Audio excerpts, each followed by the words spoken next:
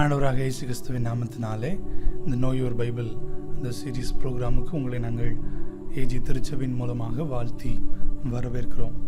கர்த்தர் நமக்கு அவருடைய வார்த்தைகளை தந்து நம்மை அற்புதமாய் நடத்துகிறார். தொடர்ந்து கற்றுக்கொண்டு நம்முடைய வாழ்க்கையில் அவைகளை நம்முடைய வாழ்க்கையில் உபயோகப்படுத்தி கர்த்தருடைய நன்மைகளை பெற்று வாழ கர்த்தர் நமக்கு உதவி செய்வாராக. விசேஷமாக இந்த நாளிலும் ஒரு காரியத்தை கர்த்தருடைய வசனத்திலிருந்து நாம் தியானித்து அவைகளை கடைபிடிக்க உதவி செய்வாராக. ஆதி சபையை நாம் யோசிக்கும் பொழுது அவருடைய வாழ்க்கையில் இருந்த முதல் ஒரு காரியம் அல்லது பிரதானமான ஒரு காரியம் என்னவென்றால், அவர்களுக்குள்ளே நல்ல ஐக்கியம் இருந்தது, ஃபெல்லோஷிப் இருந்தது. இந்த நாளிலே அந்த தலைப்பின் கீழே சில காரியங்களை நாம் கற்றுக்கொள்ள கர்த்தர் நமக்கு கிருபை தருவாராக. இன்றைய காலகட்டங்களிலே இன்றைய கிறிஸ்தவ சமுதாயத்திலே திருச்சபையின் மத்தியிலே குறைந்து கொண்டே இருக்கிற ஒரு காரியம் நல்ல ஒரு ஐக்கியம், ஒரு ஃபெலோஷிப் என்னை நாட்களிலே குறைந்து கொண்டு வருகிறதை பார்க்குறோம். சர்ச்சுக்கு வராங்க, சர்வீஸ் அட்டெண்ட் பண்ணுறாங்க, ஊழியம் செய்கிறாங்க, போயிடறாங்க. ஆனால் இதனை தாண்டி கர்த்தர் எதிர்பார்க்கிற ஒரு காரியம், ஒவ்வொருவரும் திருச்சபையில் இருக்கிற ஒவ்வொரு மனிதர்களும் மற்றொருவரோடு கூட நல்ல ஐக்கியங்களிலே இருக்க வேண்டும் என்று கர்த்தர் எதிர்பார்க்கிறார். ஆனால் இன்றைக்கு வளர்ந்து வருகிற திருச்சபைகளிலே அந்த ஐக்கியம் குறைபட்டு கொண்டே வருகிறது. அப்படியே ஐக்கியம் இருந்தாலும் ஏதோ பார்ட்டிஸ், ஏதோ சாப்பிட்றது, அந்த மாதிரி நிலைமைகளிலே அது முடிந்து விடுகிறதை பார்க்கிறோம். ஆனால் கர்த்தர் எதிர்பார்க்கிற ஐக்கியம் அது வித்தியாசமானது. அவைகளை இந்த நாட்களில் கற்றுக்கொள்ள, கர்த்தருடைய வேதத்திலிருந்து நாம் புரிந்து கொள்ள கர்த்தர் நமக்கு கிருபை தருவாராக. முதலாவது ஐக்கியத்தில் இருக்க வேண்டிய ஒரு காரியம், அந்த ஐக்கியங்களுக்குள்ளே கர்த்தர் எதிர்பார்க்கிற காரியம் என்னவென்றால் ஒன்னஸ். முதலாவதாக கர்த்தர் எதிர்பார்க்கிற காரியம் ஒன்னஸ். அப்போஸ்தலர் 1:14 இப்படியாக சொல்கிறது, அங்கே இவர்கள் எல்லாரும் ஸ்திரீகளோடும் இயேசுவின் தாயாகிய மரியாளோடும் அவருடைய சகோதரனும் கூட ஒருமனப்பட்டு என்று வசனம் சொல்லுகிறது. ஒரே மனதாய் அவர்கள் எல்லாரும் இருந்தார்கள். இன்றைக்கு நாம் சபைக்கு வருகிறோம், நம்முடைய எண்ணங்கள் எல்லாம் வித்தியாசமாக இருக்கிறது. நம்முடைய பேச்சுக்கள், நம்முடைய எல்லாவற்றிலும் வேற்றுமையான சிந்தைகள் இருக்கிறதை பார்க்கிறோம். நம்ம எல்லாரும் வித்தியாசமான முறையிலே படைக்கப்பட்டவர்கள், தனித்துவமானவர்கள். ஆனால் நம்முடைய பேச்சு, சிந்தை, ஏக்கம், நோக்கம் இவைகளெல்லாம் கிறிஸ்துவனாக இருக்கிற, கிறிஸ்துவின் சபையிலே நாட்டப்பட்டிருக்கிற நம்ம எல்லாருடைய காரியங்களும் ஒன்னஸ், ஒரே சிந்தையாய் ஒருமனப்பட்டு காணப்பட வேண்டும் என்று கர்த்தர் விரும்புகிறார். அன்றைக்கு அங்கே ஒரு ஒரு ஒரு கலக்கம் உண்டானது. என்னவென்றால், இயேசுவானவர் பரலோகத்திற்கு எடுத்துக்கொள்ளப்பட்டு விட்டார். இதற்கு பின்பாக தொடர்ந்து ஊழியத்தை செய்ய வேண்டும். அவர் எருசலேமிலே காத்திருங்கள் என்று சொன்னது நிமித்தமாக இவர்கள் எல்லாரும் வந்து ஒரே மனதாய் காத்திருக்கிறார்கள். சிலர் பேசியிருக்கலாம், அவர் போயிட்டாரு, எதுக்கு நம்ம இங்கே உட்காந்துருக்கணும்னு சொல்லி சிலர் பேசியிருக்கலாம். அல்லது இங்கே நான் என் குடும்பத்தை பார்க்கணும், என் வீட்டை பார்க்கணும், இல்லை அடுத்து என் எதிர்காலத்தை பார்க்கணும்னு சொல்லி சிலர் கிளம்பி இருக்கலாம். ஆனால் இவர்கள் எல்லாரும் செய்கிற ஒரு காரியம், ஒருமனப்பட்டு இருந்தார்கள். அந்த காரியம் இயேசு சொல்லியிருக்கிறார், ஆகவே நாம் செய்ய வேண்டும் என்கிற ஒரே மனதோடையவர்களாய் அந்த இடத்துல இருக்கிறதை பார்க்கிறோம். எந்தெந்த காரியங்களிலே நாம் ஒருமனப்பட வேண்டும் என்றால், அங்கே அந்த வசனத்திலிருந்து பார்க்கும் பொழுது நாம் ஜெபிக்கிறதிலே ஒருமனப்பட வேண்டும். அவ்வப்போது நம்முடைய திருச்சபைகளிலே ஜெபங்கள் என்று நமக்கு கூறப்படுகிறது. நாம் சில நேரங்களில் ஜெபிக்கிறோம், அப்படியே போய் ஜெபித்தாலும் நமக்குள்ளே ஒருமனம் வருவதில்லை. நாம் ஏதோ ஒரு சிந்தையில் இருக்கிறோம், அல்லது வேதத்துக்கு நமக்காக ஜெபிக்க ஆரம்பித்து விடும், நம்முடைய காரியத்தை குறித்து புலம்ப ஆரம்பித்து விடுகிறோம். ஆனால் நமக்குள்ளே இருக்க வேண்டிய ஒரு காரியம் ஜெபம் என்று சில குறிப்புகளை நமக்கு முன்பாக வைக்கும் பொழுது அந்த ஜெபத்திற்காக யோசித்து சபையாரோடு ஒருமனப்படுகிற கிருபைகளை கர்த்தர் தருவாராக. ஒருமனம் எல்லா காரியங்களும் இருக்க வேண்டும். அதில் இந்த வசனத்தின் அடிப்படையிலே நாம் பார்க்கும் பொழுது ஜெபத்திலே நமக்கு ஒரு மனம் காணப்பட உதவி செய்வராக. குழுக்களாய் சேர்ந்து ஜெபிக்கிற போது அந்த இடத்துல ஒரு மனம் காணப்பட வேண்டும். இரண்டாவது, சபையாய் எடுக்கிற முடிவுகளிலே நமக்கு ஒரு மனம் இருக்க வேண்டும். தொடர்ந்து பார்க்கும் பொழுது அங்கே யூதாசுக்கு பதிலாக அடுத்த ஆளை அவர்கள் நியமிக்கிறதிலே அவர்கள் அந்த காரியங்கள் இருக்கிறதை பார்க்கிறோம். அங்கே அப்பொழுது மத்தியாவின் பேருக்கு சீட்டு விழுந்தபோது அவர்கள் எல்லாரும் ஒரு மனதாய் அதை ஏற்றுக்கொண்டதை நாம் பார்க்கிறோம். அப்பொழுது நாம் செய்ய வேண்டிய ஒரு காரியம், திருச்சபையிலே ஒரு சில முயற்சிகளை எடுக்கும்பொழுது, சில காரியங்களை எடுக்கும் பொழுது அதற்கு நம்முடைய முழு ஒத்துழைப்பு நம்ம கொடுக்கணும். அந்த என்ன டெசிஷன் எடுக்கிறாங்களோ அதற்கு நம்ம என்ன பண்ணணும், முழு ஒத்துழைப்பு கொடுக்க கர்த்தர் நமக்கு கிருபை தருவார்கள். நம்முடைய இஷ்டத்தின் மாதிரி அது சரியில்லை, இது சரியில்லை, இது ஒத்து வராது, இது எனக்கு பிடிக்கல அப்படின்னு சொல்லி நம்முடைய காரியங்களை நாம் முக்கியத்துவப்படுத்தாதபடி இது கர்த்தருக்கு பிரியமானதா, இது கர்த்தருக்கு சித்தமானதா என்றால் அவர்கள் ஜெபித்து செய்திருக்க சித்தமானது, அப்படி என்றால் நான் அதற்கு முழு ஒத்துழைப்பு கொடுக்கிறேன் என்கிற நிலைமையிலே நாம் வளர கர்த்தர் நமக்கு கிருபை தருவாராக. முடிவு எடுக்கிறதிலே ஒரு மனம். மூன்றாவதாக ஒரு காரியம், செயல்படுகிறதிலே ஒரு மனம் நமக்குள்ளே என்ன பண்ண வேண்டும், காணப்பட வேண்டும். அதை அப்படியே முடிவெடுத்து விட்டுவிடல, அதில் முழு ஒத்துழைப்பு கொடுத்து அதற்கு பின்பாக அந்த மத்தியாவை இந்த சீஷர் கூட்டத்தை சேர்ந்து அவர்கள் அங்கே போய் ஜெபிக்கிறதை பார்க்க முடியும். அப்படிப்பட்ட செயல்படுகிற ஒரு மனமும் கர்த்தர் நமக்கு என்ன பண்ணுவாராக, தந்துடுவாங்க. சில நேரம் நமக்கு பிடிக்காத ஒரு காரியத்தை அவங்க முடிவு எடுத்திருப்பாங்க. ஆனால் முடிவெடுத்தால் எடுத்துகிட்டு போட்டு நான் அதில் என்ன பண்ண மாட்டேன், நான் செய்ய மாட்டேன். சர்ச்சிலையோ அல்லது குழுக்களாய் நாம் சேர்ந்து செய்கிற ஊழியங்களிலோ நான் அதில் தலையிட மாட்டேன்னு சொல்லி நம்ம விலகி கொள்வோம். அப்படிப்பட்ட ஒரு சிந்தை நமக்குள்ளே இருக்கக்கூடாது. அது எனக்கு பிடிக்கவில்லை என்றாலும் சரி, சிறுசபையாக இணைந்து அவர்கள் இந்த முடிவு எடுத்து விட்டார்கள், நான் அதற்கு என்னுடைய முழு ஒத்துழைப்பை கொடுப்பேன் என்று சொல்லி ஒரு மனதாய் செயலாற்ற கர்த்தர் நமக்கு என்ன பண்ணுவாராக, உதவி செய்வாராக. முதலாவது ஐக்கியத்திலே கர்த்தர் எதிர்பார்க்கிற ஒரு காரியம் ஒரே மனது, ஒரு மனம் நமக்குள்ளே காணப்பட, ஒரு மனமான ஜெபம், ஒரு மனமான முடிவு, ஒரு மனமான செயல். இதை இந்த ஐக்கியத்திலே, சபை என்கிற ஐக்கியத்திலே கர்த்தர் எதிர்பார்க்கிறார். ரெண்டாவது ஒரு காரியம் பகிர்ந்து கொள்ளுதல், ஷேரிங். அப்போஸ்தலர் 2ஆம் அதிகாரம் 44ஆம் வசனமும் 45ஆம் வசனமும் உங்களுக்காக வாசிக்கிறேன். விசுவாசிகள் எல்லாரும் ஒருமித்திருந்து சகலத்தையும் பொதுவாய் வைத்து அனுபவித்தார்கள். காணியாட்சிகளையும் ஆஸ்திகளையும் விற்று ஒவ்வொருவனுக்கும் தேவையானதற்கு தக்கதாக அவைகளில் எல்லாருக்கும் பகிர்ந்து கொடுத்தார்கள் என்று நாம் பார்க்கிறோம்.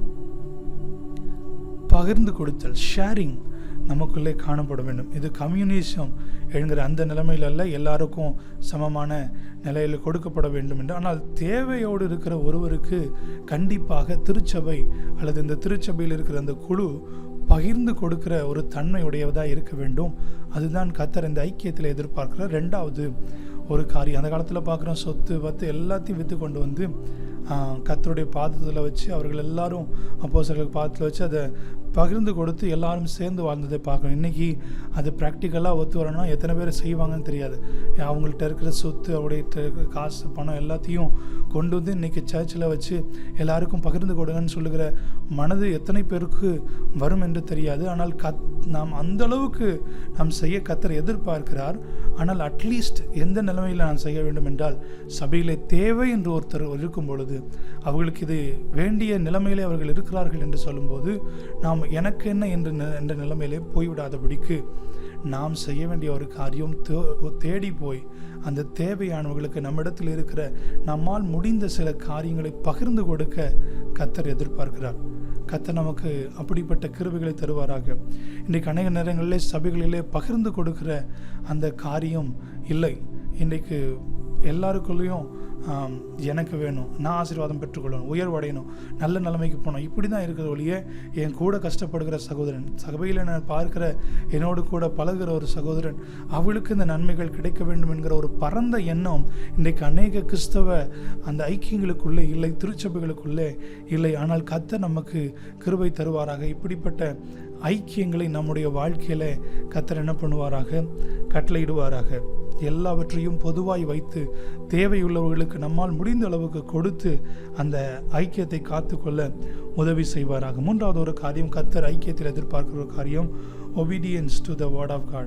கர்த்தருடைய வார்த்தைக்கு கீழ்ப்படுகிறதை கர்த்தர் என்ன பண்ணுகிறார், நம்முடைய வாழ்க்கையிலே அவர் எதிர்பார்க்கிறார். 1 பேதுரு 1ஆம் அதிகாரம் 22ஆம் வசனத்தை நாம் வாசிக்கிற போது அங்கே வசனம் இப்படியாக சொல்லுகிறது, ஆகையால் நீங்கள் மாயமற்ற சகோதர சிநேகம் உள்ளவர்களாக இருக்கும்படி ஆவியினாலே சத்தியத்திற்கு கீழ்ப்படிந்து உங்கள் ஆத்துமாக்களை சுத்தமாக்கி கொண்டவர்களாக இருக்கிறபடியால் சுத்த இருதயத்தோட ஒருவரில் ஒருவர் ஊக்கமாய் அன்பு கூறுங்கள் என்று வசனம் சொல்லுகிறது. முதலாவதாக ஒரு காரியம் அதில் பார்க்கிறோம், ஆவியினாலே சத்தியத்திற்கு கீழ்ப்படிய வேண்டும். இந்த ஐக்கியத்திலே சகோதர சிநேகம் உள்ளவர்களாக இருக்க வேண்டிய இந்த ஐக்கியத்தில் நாம் செய்ய வேண்டிய இன்னொரு காரியம், மூன்றாவது ஒரு காரியம் என்னவென்றால், obedience to the word of God. சத்தியத்திற்கு நாம் கீழ்ப்படிய கர்த்தர் உதவி செய்வாராக. நம்ம சேர்ந்து 4 பேர் சேர்ந்து உட்கார்ந்து சில முடிவுகளை, சில காரியங்களை எடுக்கும்போது நாம் செய்ய வேண்டிய ஒரு காரியம், அதில் கர்த்தருடைய வார்த்தையின்படி நாம் செய்கிறோமா, பேசுகிறது, சிந்திக்கிறது, செயல்படுகிறது, இதெல்லாம் கர்த்தருடைய வசனத்திற்கு ஒத்து போகிறதா, நாம் அவருடைய வார்த்தைக்கு கீழ்ப்படுகிறோமா என்று நிதானித்து பார்த்து அதில் கர்த்தருடைய வசனத்தை உபயோகப்படுத்தி அவருடைய வார்த்தைக்கு கீழ்ப்படிய உதவி செய்வாராக. ஏதோ மூப்பர் சொல்லிட்டாங்க, அவங்க பண்ணிட்டாங்க, பாஸ் சொல்லிட்டாங்க அப்படின்னு இல்லை. யார் சொன்னாலும் அது கர்த்தருடைய வசனத்தோடு ஒத்து போகிறதா, அது கர்த்தருடைய வசனம் கர்த்தருடைய வசனத்தின்படி தான் நடக்கிறதா என்று நிதானித்து பார்த்து அந்த ஐக்கியங்களிலே கர்த்தருடைய வார்த்தையை முதன்மைப்படுத்தி வாழ கர்த்தர் எதிர்பார்க்கிறார். நான்காவதாக ஒரு காரியம், 1 பேதுரு 1:22 பார்க்கிறோம், உங்கள் ஆத்துமாக்களை சுத்தமாக்கி கொண்டவர்களாய் இருக்கிறபடியால் என்று வசனம் சொல்லுகிறது. நாம் கூடியிருக்கிற போது நம்முடைய ஒவ்வொருவருடைய வாழ்வும் சுத்தமாக இருக்கிறதுல நாம் என்ன பண்ண வேண்டும், மிகவும் கவனம் உள்ளவர்களாக இருக்க வேண்டும். பாவியாகிய ஒரு மனுஷன் இருப்பார், அல்லது நீதிமானாக இருக்கிற அந்த அந்த அந்த பரிசுத்தமான வாழ்க்கையில் ஏற்றத்தாழ்வுகள் உள்ள அநேக நிலைமைகளிலே பல நபர்கள் இருப்பார்கள். ஆனாலும் நாம் எல்லார்களும் பரிசுத்தத்திற்கு நிறைய அதிகமாக முயற்சிக்கிறவர்களாக இந்த ஐக்கியங்களிலே காணப்பட கர்த்தர் எதிர்பார்க்கிறோம். ஒருத்தவங்க என்ன பண்ணிருக்கலாம், நல்லா ஜெபிக்கிறவர்களாக இருக்கலாம், ஆனால் மற்றவர்கள் அந்தளவுக்கு ஜெபிக்க முடியாதவங்களாக இருக்கலாம்.